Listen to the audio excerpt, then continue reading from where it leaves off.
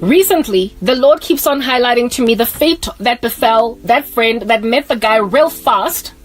That met the guy when she was 21 and he impregnated her, and at the same time as she was graduating, she was marrying and all that jazz. The Lord has been showing me a flash vision of me ending up like that friend of mine, where I would meet a guy that would appear to be doting over me, and I would hide secretly, clandestinely, the true nature of this guy and make it look to everybody like he was the glory of the earth, and then enter into a marriage with a man that I knew in the run-up to the marriage was actually quite abusive, and then stay in the marriage for a few years, still smiling and cheersing to everybody, talking about how my husband is so great, and making excuses for why he's not coming to all the events, and then next thing, all of a sudden, overnight, we're getting a divorce. Like that fate. The Lord keeps showing me that is a strategy that is following me behind right now.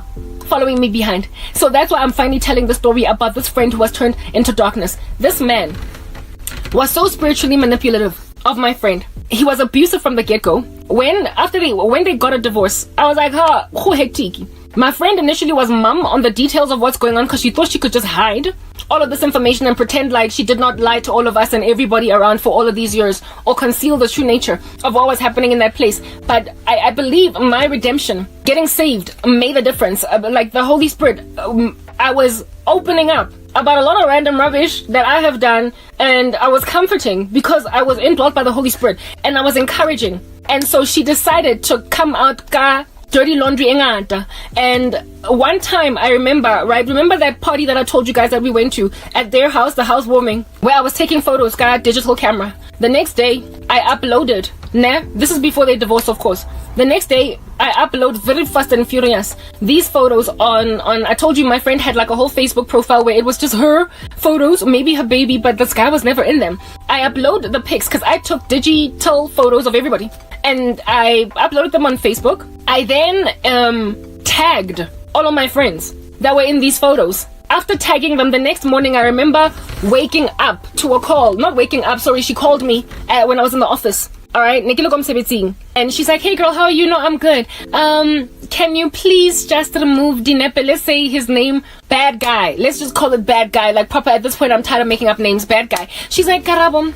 Hi girl, how are you? Yeah, cool. Please, can you remove Bad Guy's photos from the internet, ne? Kopa odi tlose fela. Kopa o tlose Dinepe tsa hai. Tsaka, you can keep them on there. My photos you can keep. The photos of everybody else you can keep. But can you please just any photo where he is at, please take it down. Any photo where he's at, please take it down. I was like, yo, that's a lot.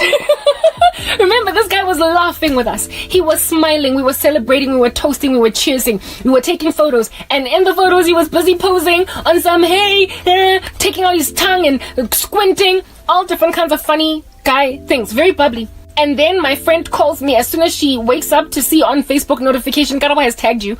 And then she goes through the pics online and immediately lifts the phone and is like, Karabo, can you please just bring down the photos where he's at, where Bad Guy's at, but the ones where I'm at, you can leave them up. And it then made me realize on that day that, so that's the reason why. Everything and everyone is in your Facebook except for this guy, but he's your husband. He's your husband. For crying out loud. I did not think much of it, but I did think something of it.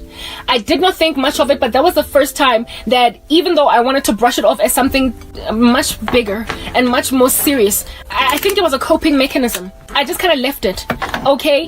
But for me, I remember even telling my boyfriend, on some, dude guy, let's say my ex's name was Tepo. I was like, Tepo. What is this? Madibuseng called me and she asked me to bring down Dinepe. It's a bad guy. Mo Facebook. She's like, I mustn't tag him. I must bring down every photo. And I was like, it's so many of these photos. And my boyfriend was like, yo, why? Even my ex couldn't understand. And my ex wasn't even on social media at the time. He didn't have any social media accounts. It was before everybody was insistent on having social media. I wanted him to get Facebook, but he didn't have it. He didn't want to for whatever reason, right? But he was all over my social media, this ex of mine, and everybody's boyfriend was all over their social media. And this is a man's wife, so it's not like a husband. It's not like a boyfriend that's got like 10 girlfriends all across the city. And so he doesn't want to put you or show you on social media. Once a man makes an honest woman out of you, once he marries you, I think that's pretty much safe passage for you to be put on his Instagram for you to be put on his Facebook or for you to put him on your Facebook. You know, at the time it was Facebook more than it was Instagram, and she told me to bring down the Nepeta High. I did that because, you know, honor, you know, no need to disrespect anybody, but it kept me thinking. And in about a year from that date, that's when I personally, in and of myself, got out of the relationship with my ex, blah, blah, I got born again, blah, blah, yeah. And then when I got, after getting saved, that's when my friend and I started talking deeper about her divorce. That's when information started to pop out. And she was like, do you know that bad guy, Unang Shapa, he used to beat me up. Like, Unang Shapa, he used to, like, properly throw my body against like walls and stuff, and he made me do things when we were together that I didn't want to do, and to this day they're still really like crushing me inside.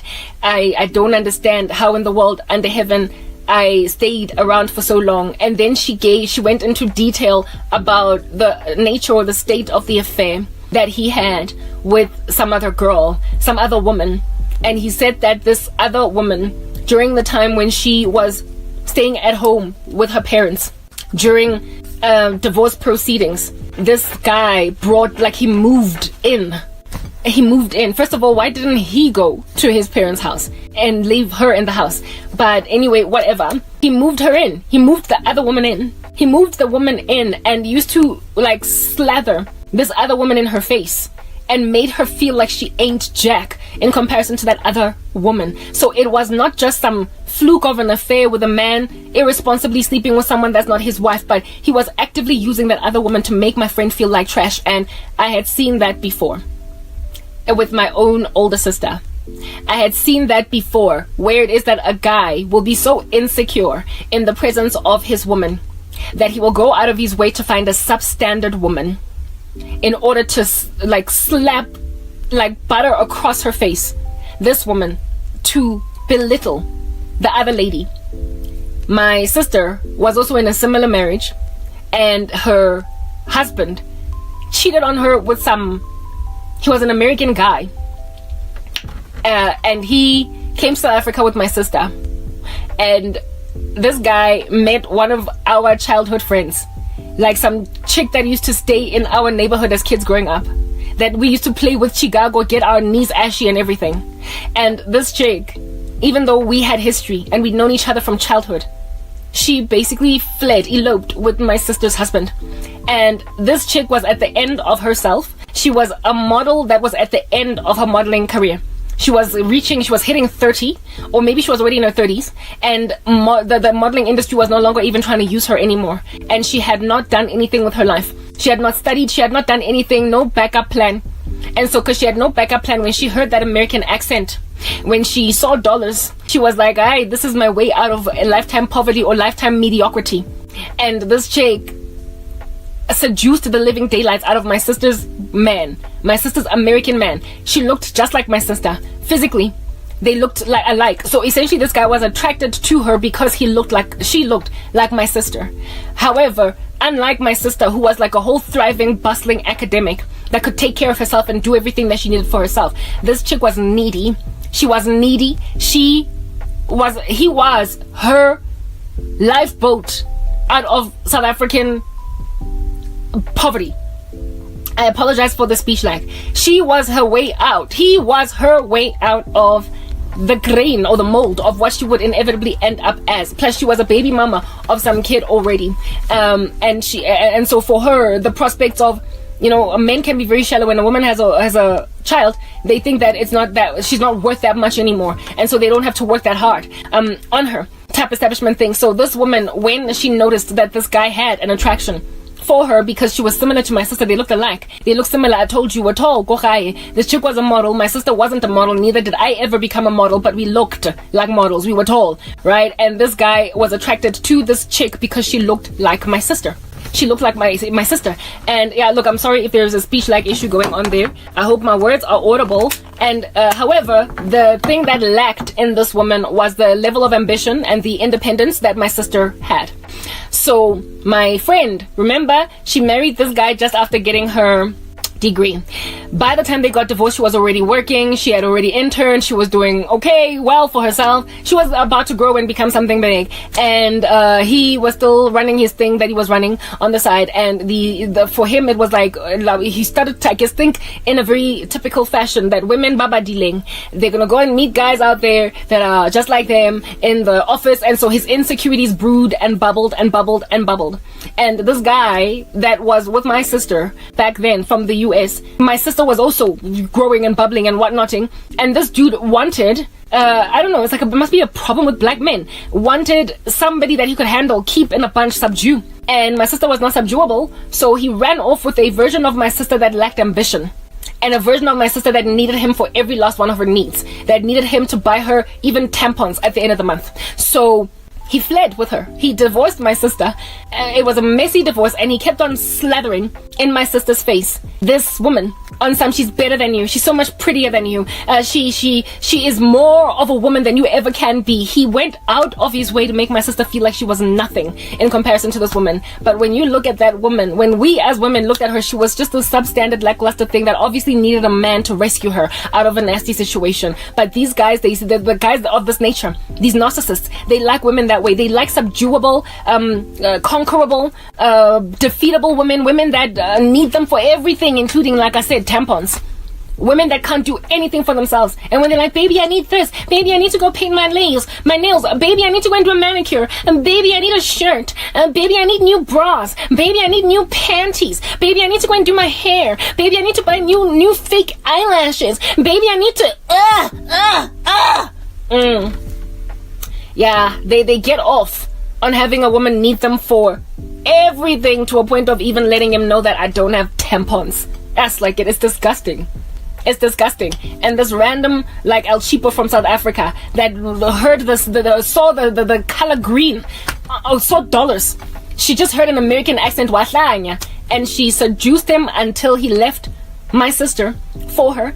And just like with my friend, when my sister she moved out of that environment because, you know, it was messy. They were starting to get a divorce, and my sister had to go, and they made the decision that my sister would live somewhere else. Okay, and the somewhere else that my sister stayed, sometimes it was with my mom, sometimes it was with some friends, etc. She was basically musical chairs playing around. So they're not even men enough to let the women keep the house for the season of the divorce. All right, and during the season of the divorce, my sister would sometimes, because she's got the key, it's her house, go there to go and get some of her things, and this chick would be there in like his shirt and wearing slippers and unashamed of herself, basically being the new woman of the house. This is my sister's house that she has paid mortgage on, that she's paying mortgage on, and some other woman is walking around in her man's shirt, and she's even unashamed. It was so heartbreaking. Yes, like it, guys. This activity, it made me hate that guy ever so permanently. Like, it made me just write him off. And Unabora, he was not up to standard for my sister, and yet my sister accommodated him. And all of that abuse, that emotional abuse that he used to endure my sister through. My sister wasn't hit by that guy, though. He wasn't physically abusive, but he was emotionally abusive. All of the horror stories of his emotional abuse, we never knew until the divorce. We found out that sometimes she would try and hug him and get close to him, sit next to him on the couch, and he would be like, you're burning me with your body heat. You're too hot. Like, get away from me. Like, he was cold. He was mean. And nobody knew until the very end. Even though the signs were there, because he was not very affectionate towards her in front of us. And he used to every so often, you know, throw jokes at her, but he used to throw jokes at everybody, and we thought that that's how he was, and that my sister is cool with it, until the horror telltale stories of all of which he did came out only at divorce. Women like this who keep buried a man's evil secrets, a man's horrible abuse, so that they can stay married, or so that nobody knows just how bad it is, because they think they can just like fix it somehow. Yeah, no, they become monsters. These women end up becoming monsters, just as my sister became a monster. My sister became a monster. I spoke about that in yesterday's video. My sister became a monster into darkness, and so too did my friend become a monster into darkness. Because of these men. They ruin women. And these women, the signs are always there. And they always marry them real fast, real quick, out of convenience or whatever. And that's what happened with my sister too. She married this guy, like, This guy azange wakhipha ilobola. He did not marry here in South Africa, did not do things the right way. They quickly eloped to America when my sister was still studying, just like with my friend. And my mom did not even know they were married until they were married for something like 2 or 3 years. So my mom was very upset, very disappointed, and all that jazz. But what can we do? And my sister, when like women that are entered into relationships like that, usually it's an agreement with a man, right? For the two of them, to do it real quick, without parents' knowledge, without parents' understanding, and no matter what the parents say. Like with my friend, the parents were like, no, you guys cannot get married before she's out of school. And this guy was like, okay, fine, I'll honor what the parents are saying there, but they can't block me impregnating her. So he convinced my friend to fall pregnant. Like, when a woman is like, no, but I feel like I'm still too young. I want to first work my first job. I want to first, be a little bit, give a sharp. And then there's the emotional abuse where he is like, King, why, Vel? Are you telling me that you don't want to be my baby mama? Or you don't want to have my child? King, what is it? We're going to have them most eventually. I want to be a dad. And like, when a man pressurizes you into finally falling pregnant, and then she's like, okay, fine, I guess we've got the financial means to be able to take care of a baby. We'll find a workaround. And then next thing, a person is pregnant before they're ready. My sister was not trapped by pregnancy, but she was certainly in a nasty marriage, and it ended horribly. And the horror stories of this nasty that she was with only came out because of the divorce, because my sister now had to give context. And by the time the divorce is happening, the dude is just walking in his natural state, but it looks to us like a first-time experience. To all of us, everybody else that's in this woman's life is looking into the situation on some, how could you be so mean? How could you be so cold? How could you do this to her? How could you this? How could you that? We were still in how could you, because we had a character of this man, a version of this man that was not true. The true, real version of him that my sister knew was around all along. That monster that she was laying with every night, that kept on telling her whenever she would try and embrace him, get away from me, you're too hot, your body heat is boiling me, was around all along. And so it was not too shocking to my sister when he did what he did with that other woman to her. The things he would say, how horrible he was. She would forward his text messages to my mom's cell, and my mom would be like, and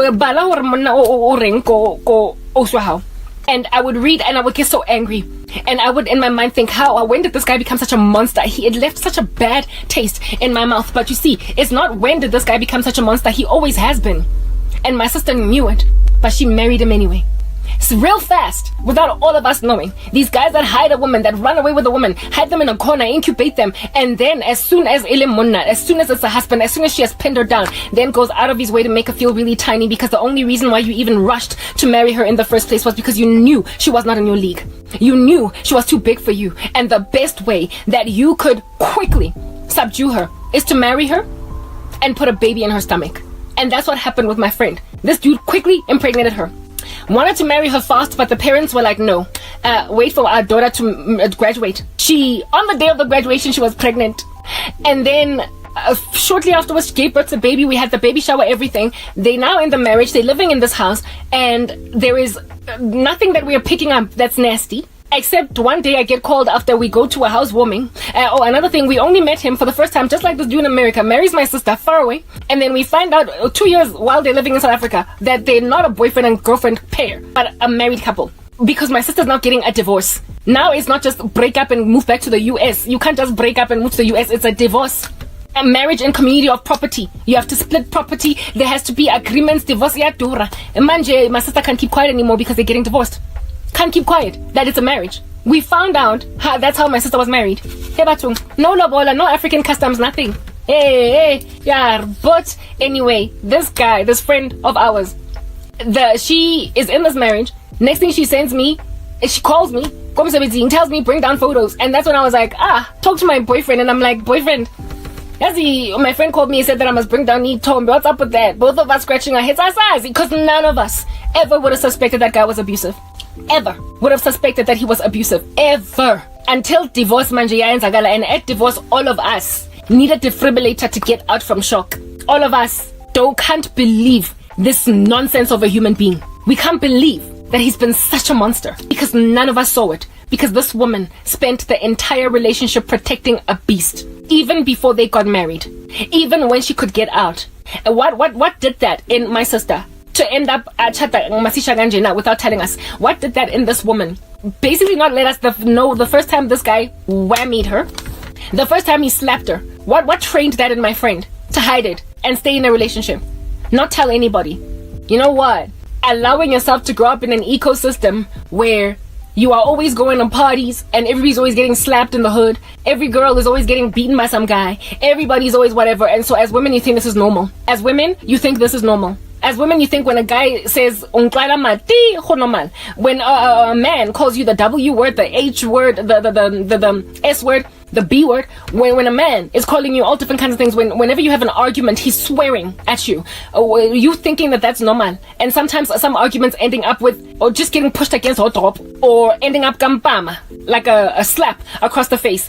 When you're so used to getting slapped by makinza go Soweto, ba busy every time, like when guys like back in the day where there was like a whole ritual with boys in the hood asking girls out coercively. If you won't say yes to him, he will like basically almost break your arm until you're like okay, and now you're the girlfriend. And if he sees you with any other guy, he's got a right to basically whammy you. When you grow up in a climate or a culture in Jalo where you're always being mbamafied, when you meet a guy that's a little bit more gentrified in the way that he slaps you, you're gonna think it's an upgrade. I actually knew a girl where I was working in the call center.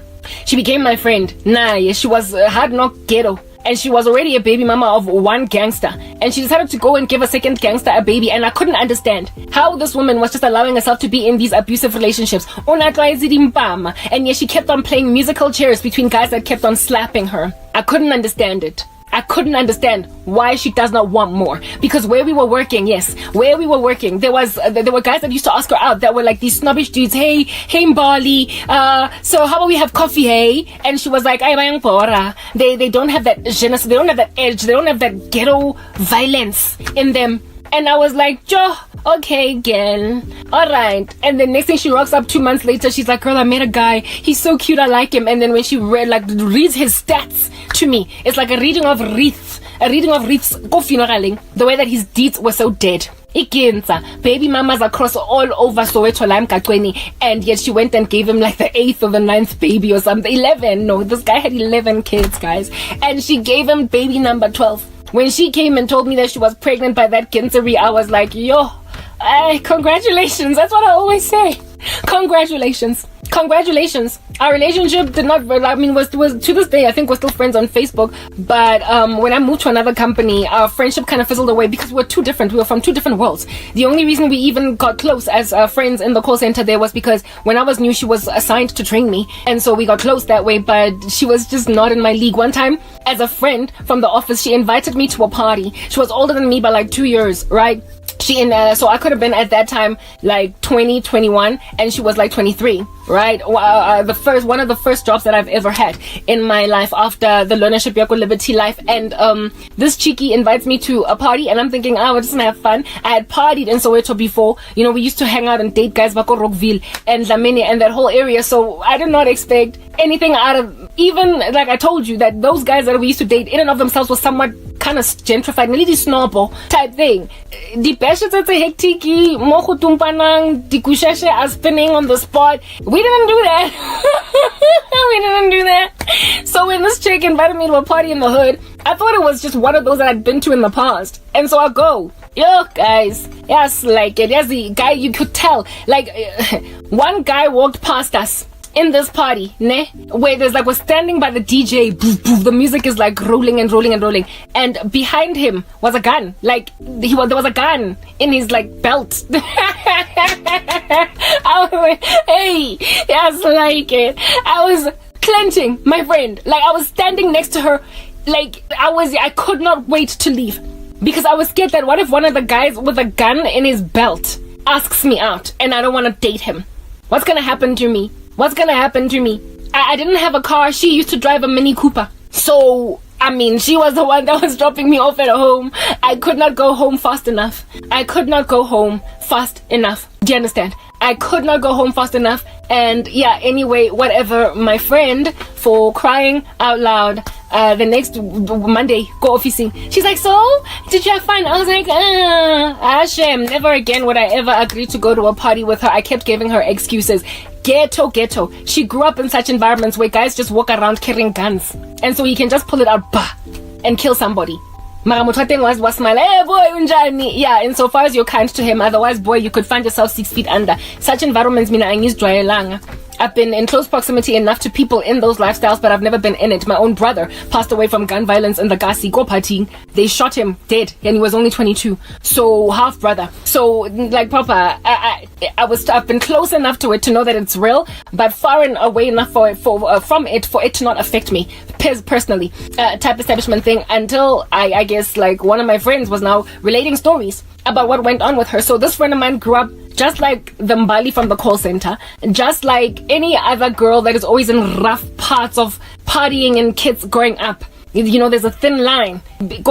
Seeing 2 different kinds of kids growing up. Abanye don't know that level of violence, and then there are others in different that are always in violence, and my friend was in the violence and she was used to dimpam and jefela guys just slapping you because they can, because you won't comma them, wada stories for days being told. And so after, when she finally met a dude that was not vagrant in the Gasi, just hustling, but he actually had a proper registered business and he was above reproach, it appeared, a normal guy, when he started to slap her, for her it was like, where am I going to find this again? She had never known love. She had never known respect by men. She had never known honor. She had never been treated well. And she'd never been trained to expect anything differently. And she had always been the side piece, and this time around she was the main. So she buried it. When he came back and said, I'm sorry, I didn't mean to hurt you, she probably was just like, okay, don't do it again. And it happened enough times, I would imagine, prior to them even getting married, for her to refuse. She was on edge with him. She was scared of this guy. And so she refused to introduce him to us. We knew about him. She told us about him initially when she was excited she's met a man. But then for a whole 3 years or something, we did not know him. We met him on her graduation. We met him on the graduation party. And Nancy Telobola, she had met our boyfriends and everything, but we had not met him. And even after that, she still never invited him anywhere. So she knew that this guy could be triggered by anything. She could just look at a guy and smile at him at a party, and she would get home and get a beating. So she never brought him around us. That was a sign. The signs were all there. They were yawning, they were gawking at all of us, and we, for whatever reason, my Eden's goodness, I'm wasting time. For whatever reason, we didn't expect it, but there was nothing to tell us, because I told you, this guy was so manipulative and he was such a narcissist that he basically impressed everybody. Now imagine a man that is abusive to you and everybody thinks he's the best thing for you. Can you imagine how trapped you must be in that ecosystem? Can you imagine how trapped you must feel as a woman when you know your man is a monster, and frankly every time he's busy laughing at everybody, you are cringing, and you are also feeling bitter because you know that he's not actually that kind. You know he's not that sweet. You know that as soon as the guests leave, he's going to raise something that didn't actually really truly happen, or he's not even going to be nice to you. He's not going to smile with you. He's not going to laugh with you. He is going to be moody when he goes to bed. You know what this man, umfaz wakhona, you know when he's busy laughing with everybody, you gotta act as the wifey in question, like, isn't he sweet? Oh, your husband is so sweet, girl. Yeah, and you know that that's not true. My friend had to deal with that for years, and none of us snapped out of it. None of us woke up from the trance we were in about the true nature of this guy. None of us were aware until she told us the horror stories. Well, let me rather say me. The horror stories, she later probably also confided in another one of our friends when they all turned evil against me. And you know how when people turn evil against you, they then confide in each other in their wickedness. But initially I was the first person that she confided in. And the horror stories that were told made me look back in retrospect and see the signs. They were all there. But for me, it was just too, it was impossible. It was invisible. There was no way. That it could be what it is that ought be the automatic inference that I should have made. But I didn't make it, you know? And she stayed in that. She could have been one of those gender-based violence victims that died. And everybody at her funeral would never have known that the abuse was there, except maybe a couple of people that were in her immediate environment that saw it happen. There are people who probably will tell a woman, a situation that's disgusting, go back to a man that's nasty because he's taking care of everybody. But most of the people in her life would not have known if this woman had ended up dead. And I'm grateful that it was at a time as well where before the epidemic of gender-based violence in the country graduated to a level where now the matter was out of hand. Because I think at that stage, the spiritual climate in the country might have encouraged or motivated this guy to actually kill her. Because he was, guys, he was one of those. So I believe my friend was abused throughout the relationship, even before the marriage. I believe this guy coerced her into falling pregnant. He's emotionally manipulated her, and she capitulated. And as soon as she gave birth to their child, and there was only one that walked up in the equation, he felt like he didn't have to work so hard anymore. However, his insecurities never really left, and so he made a decision to go and flail and dangle a substandard, lesser, lackluster woman in her grill and make her look like she's great. And according to my friend, during the time when they were busy getting a divorce, he's the one that stayed in the house while she was staying at her parents'. And I mean, goodness gracious, he owned the business that he had was in Soweto. So we had a greater incentive to move back to his mama's house because his business was closer. Whereas my friend worked in Sandton, and where it is that she was staying was closer to Sandton. Go yeah, type establishment thing. And yet this guy insisted that my friend travel go trafficking ridiculous go old Bochi. Blah blah, all that jazz, go on the highway, bumper to bumper traffic all the way to Sandton. Every single day of the week, because he was selfish that way. He kept the house, and during the season when they were busy moving, while busy, they were busy finalizing it divorce, the woman, just like my sister's arch nemesis, she also was in the house as the lady of the house. She was also in the house, like proper, wearing her man's t-shirt and everything on some, I mean, this is my new man now, so whoops. Mistresses, like proper, there's no justifying this nonsense. But I love him. We are more made for each other. We are more in love over here.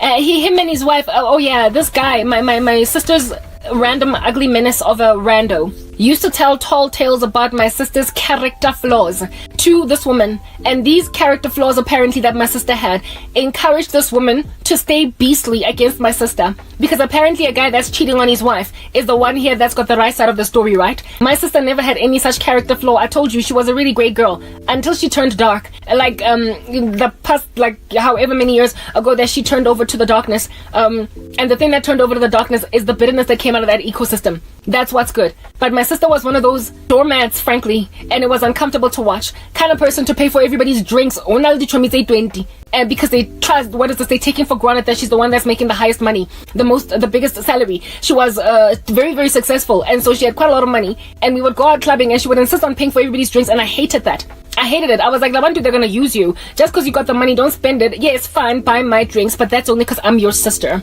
But everybody else, you're not here to pay for their booze. My sister was that girl. She was that girl. So the character assassination by everybody, but not everybody, sorry, but by the husband with a mistress is the deception in the life of a mistress. I don't even know what in the world that mistress girl is doing today. How she is surviving with a cold, aloof, random, like dastardly nonsense of a human being.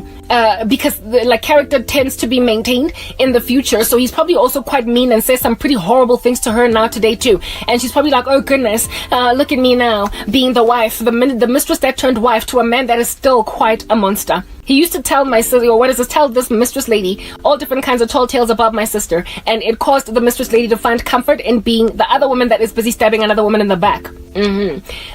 This guy as well, my former friend, probably also told this woman tall tales about his soon-to-be ex-wife, justifying sitting around in a woman's home that she's paying mortgage in, having sex with her husband while she is living thing as a teenager, traveling all the way to Sandton from Soweto while you comfortably lay in a bed that some other woman probably purchased. Like mistresses, there's never an excuse. There literally is never an excuse, and a lot of these guys will tell you all different kinds of reasons as to why it is that you're better and you're going to be better treated than how it is that they treated another woman. Like this dude from the US, how he used to talk about his ex-wife. He was always reviling her name. Always reviling her. And he spoke about her as this like irresponsible. He used to say that I don't know how in the world any man can think that he can turn a whore into a housewife. Like he said that. Like when a man speaks like that about it, that should have been the first alarm bell. He was like, I don't know how in the world any man can ever think he can ever turn a whore into a housewife. Is that not some of the most misogynistic nonsense you've ever heard? And yet I sat it out. I was sitting there thinking, no, he was dating a woman that was all over the show. He said that his ex-wife, the reason why she even became an ex, is because during the time when he was in prison, was because she went and had 2 different babies by 2 different baby daddies. Except I told you, America set this guy free, didn't it? This random menace was set free because of coronavirus. And so because of coronavirus, he got out of prison early. He was paroled early. He was not supposed to get out. This man was supposed to serve a much longer sentence. And the woman that he married was happily married to him, about to go and give him a whole bunch of babies in the future. And then he decided to send himself to prison. He decided to irresponsibly get himself in prison. He was arrested twice in that marriage. And the first time, he went to prison for 2 years. And this woman was there, ride or die by him, Amupesuka, visiting him in prison, bringing his daughter along to go and see dad. And she was not even the baby mama of that kid. She was the step mom. Because he married twice, I told you. And the kid belonged to the first wife. And yet this woman was taken care of and living with another woman's child, raising her because the first wife was happy that this kid should grow up with the dad, new wife. Custody was given to the guy. And when he went to prison, she did not ship this child away. She did not send the kid away. She kept raising her as her own child. So that is the character of this woman. I should have just picked it up. And then she would Besuka go and see him. She stayed faithful. And then he got out of prison. And the reason why he even went in prison in the first place was because of this woman. He beat her up. And he low-key confessed this. He said that one time he ripped her wig off her head, and on the same night, because she came back from some party and some dude dropped her off. And so he got all violent with her. And she then went on right here to report it to the police and then tried to drop the charges. But by then, there were already other things that the police were looking for him for. And so he found himself going to prison for 2 years for some other thing. However, this woman had already dropped the charges of domestic violence against her. Like, why in the world this did not raise red flags? Like, I bet y'all are listening to me on some kind of, well, how did you end up with that? Yeah, I did. For like 5 seconds. He then went to prison for 2 years, and she wrote it out, feeling guilty for the fact that she's the one that brought the eyes of the police on him by simply going and reporting a case of domestic violence on him. And so she set it out and raised the daughter another 2 years, kept on going to go vagashela him, Besuk, in prison. He got out of prison, and he was not supposed to do better. And then he ended up entering into an altercation where he nearly killed a man. And that then sent him to prison for attempted murder. The man of which that he nearly killed, he claims he was busy charging him. And he was busy afflicting him. And it was his mom's, his mother's husband. And this man kept on saying to him over and over again, I'm gonna kill you, I'm gonna kill you, I'm gonna kill you, I'm gonna kill you. And then one day the man charged him, and then he wielded a knife and rather stabbed this man. And kept on stabbing him, but then made a decision to stop stabbing because he said that the Holy Spirit told him to stop. The man lived to tell the tale, but he went to prison for attempted murder. And he said that they wanted to first give him life, but he fought it. I don't know what sentence they did give him, but it certainly does not make sense to give a man for attempted murder just like 7 years or 5 years or whatever. So he basically lost his 30s. He lost most of his 30s in prison. And the second time when he went to prison, the woman was like, what in the world? We were trying to make it work. We were planning to have a family. We were going to add to this family from your daughter. We were going to, I was your wife, for crying out loud. And then you went and sent yourself back to prison. And this time around, what do you want me to do? I am a woman this man is a 1980 baby. So I wouldn't be surprised if that woman is my age. 1984, maybe 85, 86. So this is a woman that is in her early 30s. This is a woman that was planning on having her first child ever with this man. And then he goes to prison for however long. And she's counting 31, 32, 33, 34, 35, 36, 37, 38, 39, 40, 41, 42, 43. By the time this man comes out, I'm going to be 45. She probably was thinking like that. And so told herself that I want to be a mom and I'm not going to wait for this guy. She did not divorce him, but she did not also go out of her way to, She did not visit him. This time around, she was mad. She was angry. And so she went and had the kids she's always wanted with, according to this guy, 2 different men. And he then claimed that made her a whore. That made her a whore by having those 2 kids with those 2 different baby daddies. And when he came out of prison, nobody was expecting him to come out of prison. And she was pregnant at the date of his release. And he said that because she was a fat woman, He thought that maybe she was just fat, and he asked her, are you pregnant? And she denied it because she was still scared of him and maybe sort of kind of low-key in love with him. However, when then she went on right ahead to pop the baby, it became clear that I know this woman is indeed pregnant, and that's what caused him then to file for divorce. This woman did not file for divorce. He's the one that filed for divorce because apparently, allegedly, she cheated on him, except you sent yourself back to prison. But the way that he told me the story is that how in the world do you make a whore into a housewife? If at all you were planning on making this woman a housewife, you should not have gone to prison, because who was going to take care of her after you left? You insisted that she doesn't work. You insist that she does not bring bread to the table. And now when you go to prison, understand a woman is going to try and make ends meet. She's going to hustle. A woman is going to hustle. He made her raise his daughter alone.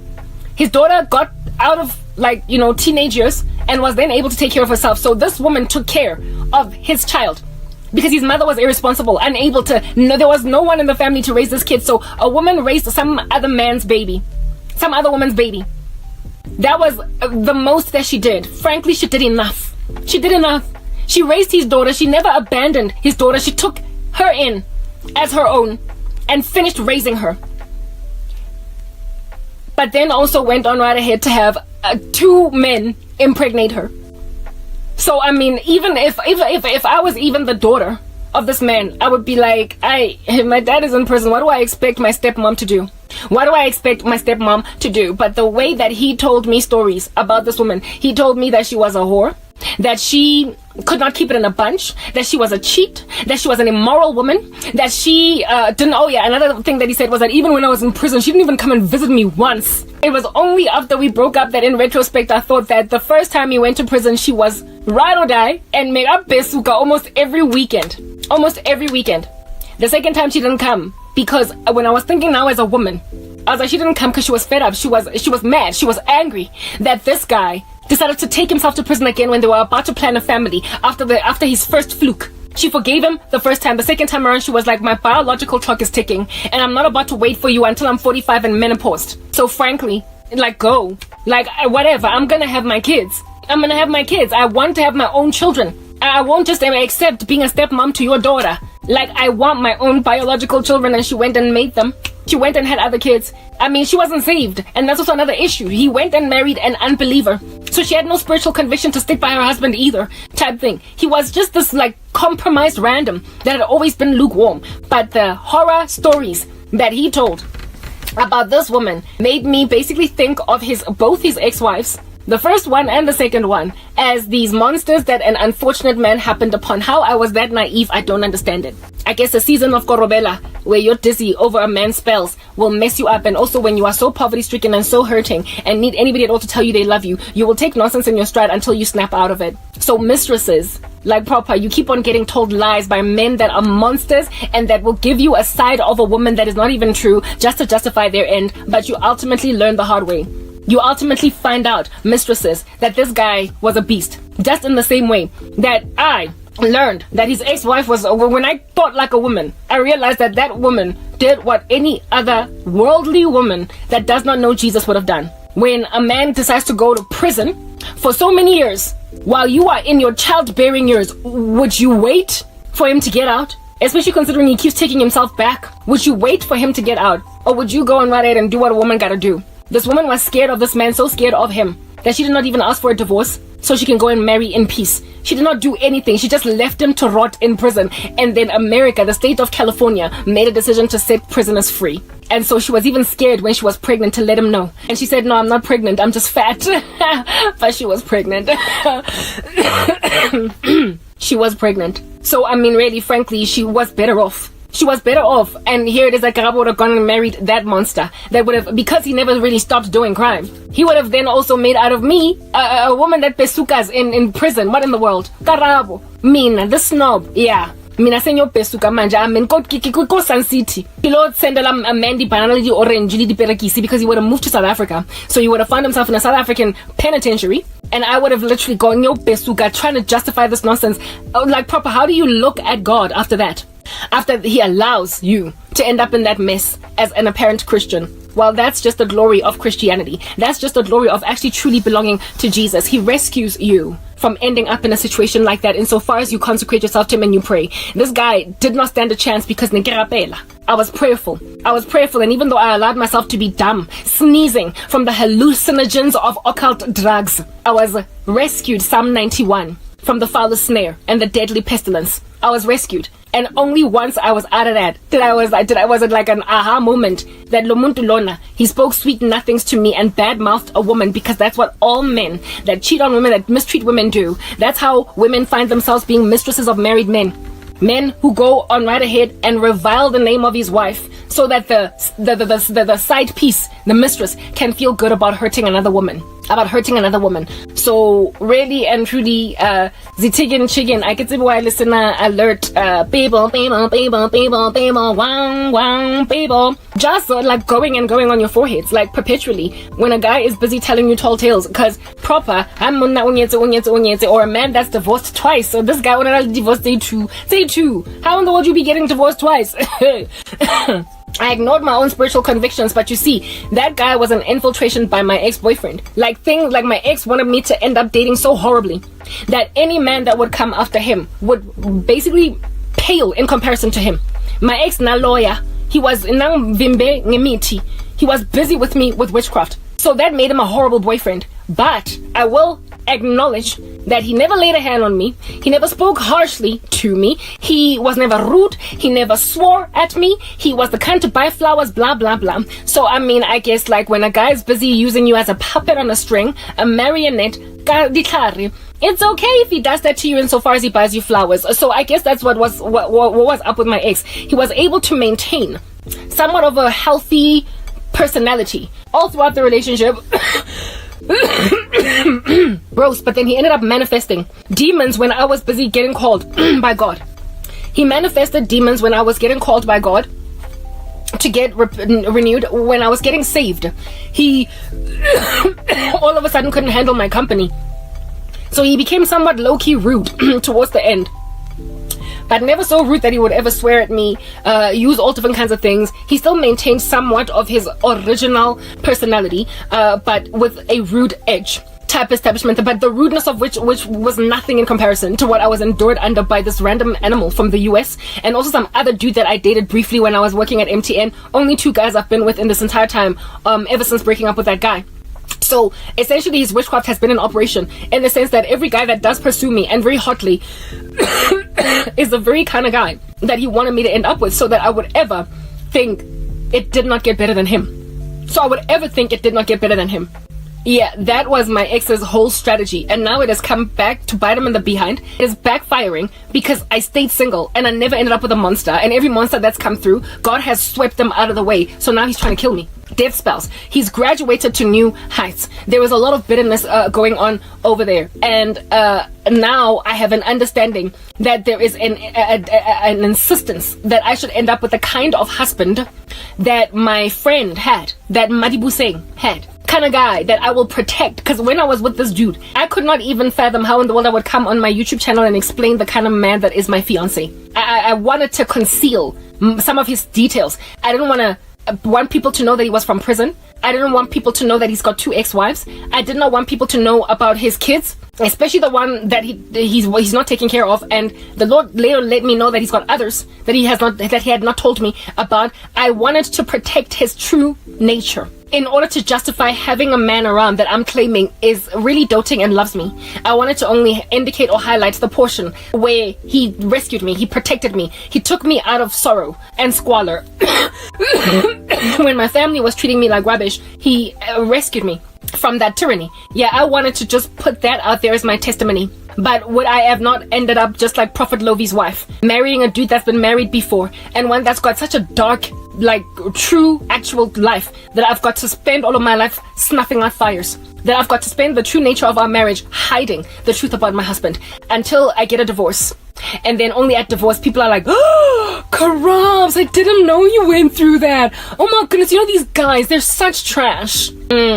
Like my friend, coming out with all of the dirty nastiness only once divorce has happened. But by then, she is so scarred and she is so afflicted that even when she wants to look to Jesus, she can't help but be embittered by the observation of friends around her that are still going to grab the future that she lost, the future that she put a dent in, do you understand, in romance type thing. My friend initially was happy to fellowship with me in Christ because I wanted her to find healing from what she had gone through in Jesus. But it got to a point where she couldn't stand my optimism. She couldn't stand my optimism because I had yet to ruin my life. Remember when I told you guys about the cousin of mine that had fell pregnant in high school, and the baby daddy was a gangster, and how it is that women like this, a lot of times when they, because of the mistakes they make as young as they make them, the rest of their girls still have a clean shot at a future.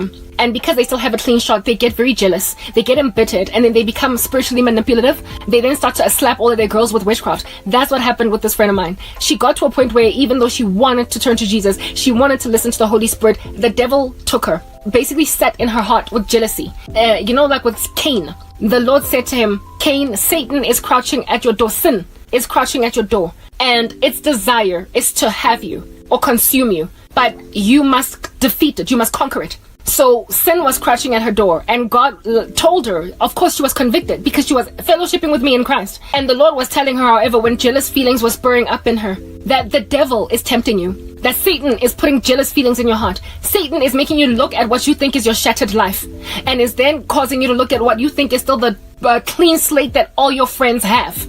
And he wants to make you turn to witchcraft. He wants to make you turn to spiritual manipulation to hurt your girls, but you must conquer it. Sin is crouching at your door, and its desire is to have you, but you must conquer it. My friend didn't conquer it. She didn't conquer it. I wouldn't be surprised if my other friend, the best friend, ended up falling pregnant because she also wanted to leave a nasty guy.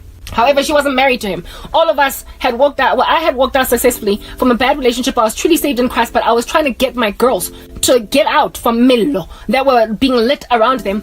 And I was successfully reading in my best friend. I was successfully reading in this other friend of mine, right? I was successfully reeling them in. And at the same time, they both went hostile on me. And at the same time that I got dreams about this one, all that married the nasty guy, basically mistreating me in like some environment, I kept getting a flood of dreams about her. At the same time I started getting these dreams, this other girl fell pregnant. This other friend of mine fell pregnant by the same guy that she was trying to leave. So whatever she did to me did not work because I was saved. But my other girl was straddling the fence. She was also interested in the things of God, but she would go after being convicted about sexual sin and fornicate with her boyfriend. This guy was able to successfully reel her in because she never truly surrendered to Jesus. And so the tsunami took her. And the witchcraft of this other friend, I believe, took my friend away, because highly unlikely when you are dealing with a woman that embittered by a man, is she then going to target just one woman?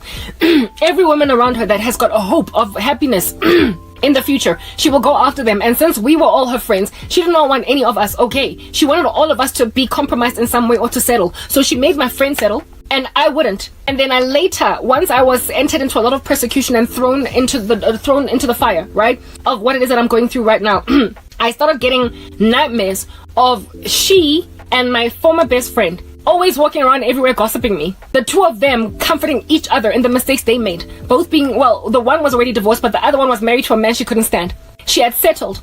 And this friend of mine that was married to the man that she couldn't stand, that had settled, right, that had fallen pregnant all of a sudden, even though we were convicted of sexual sin to stop fornicating.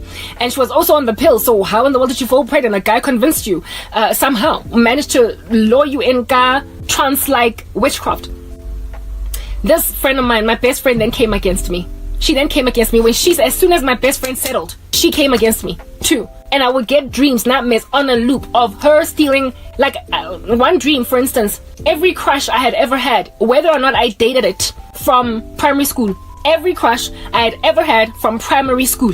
In this dream, I would meet these guys, and start to walk towards them on some hi Spasiso, hi Paul, hi Temple, hi whatever. And she would, before I would so much as get close to any of them, she would stand in front of me and start flirting with every guy.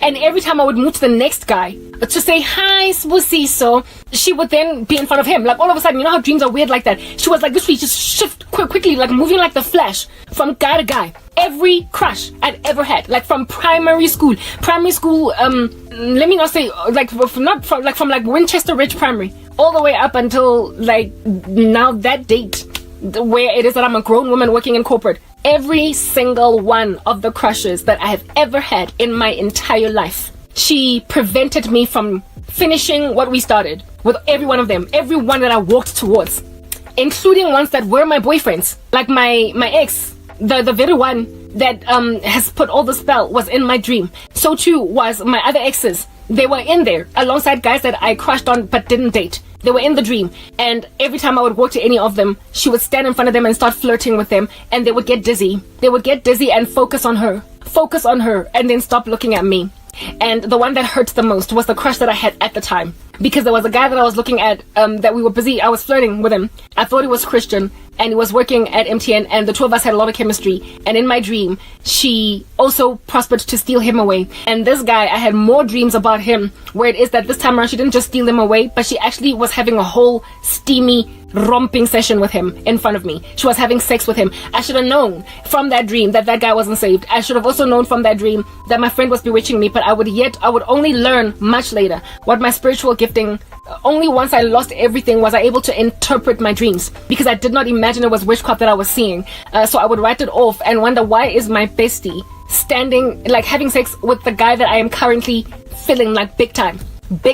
That dude that I was feeling like big time ended up marrying another woman. Following marrying another woman, of which he then would focus so much energy on witchcraft on me so I don't ever get married. So he passes me up and then makes sure that I am never okay again. I came to learn that he was involved very deeply in the occult as well. So that's why he was put in that compromised position in my dream, where he was also partaking with her in dirty deeds in my dream, breaking my heart, both of them. Both of them was like my best friend with what I imagined was my future husband, and they were doing funny relations in front of me in my dream. And yo, guys, as the level of betrayal is out of this world. That friend of mine did what she did to me because of the fact that she settled, she compromised. So I'm getting to a point here, women, when you allow yourself to fall away because of something that you know is nasty, but you settle for it, you end up being a menace to other ladies. You end up being a monster to other women. You can't stand the prospect of other women being okay. This friend helped my ex get what he wanted. These friends of mine, they helped my ex-boyfriend get what he wanted. They all together participated in the mutiny against my life. My ex didn't want me to be happy again. After I rejected him, he sent me a lot of korobela, a lot of bring back lost lover. And in one of the dreams, I was even pregnant with his child, not wanting the baby, not wanting him, because of the fact that I didn't want to be with him. And I resisted. I was already in Christ at that time. After the bring back lost lover, he gave up because he saw that I was not responding appropriately to it. I was not coming back to him. So he then changed his witchcraft to, fine, you don't want to be with me, but you're never going to be happy. You are going to be with a guy that is substandard to me, and you will always miss me. You will always miss how good I was to you. You will always miss everything that I did, everything that I am. No man will ever compare. So essentially his witchcraft made sure that it drew only nasty men to me, and that can account for why the guy from MTN approached me. Right, there was a dude from MTN that I dated briefly that was a devil worshipper. I thought he was a Christian, and he slapped me with witchcraft. If anything, he lured me into his life with korobela. That was the first relationship I ever got into in Christ. It was only 2 years into my redemption. It ended within 2 months. The rest of the time I was single until about 1.5 to 2 years ago, where I met the guy from the US, and that's the second guy that I've ever been with in this entire time. And that relationship lasted like 3 weeks to a month. And both relationships never went far at all, because as soon as the weapons of my ex were darted in my direction, God snuffed them out. He snuffed them out. So I've been single the entire time, except for 2 times, and both relationships did not even last more than 2 months. One was 1 month, under a month, the other was under 2 months. And the first relationship, I nearly fell into sexual sin because the guy was in close proximity to me. But the second one from the US, that could not happen because he was far away. However, the guy was so sexually perverse that he used to sex talk me. He used to sex talk me. Like, I would tell him, you're stumbling me, but he would keep on telling me what it is that he wants to do with my body and all that jazz. And that for me was like, what's going on? Like, why does this guy not have conviction that this is not okay? And I ended up somewhat capitulating one time And that's when God severed things. Also, like, God always just cuts things. It's always these sexually perverse guys that come my way that are nothing in comparison to my ex-boyfriend. They're nothing. Like, they pale in comparison to my ex. Let's move to the next part.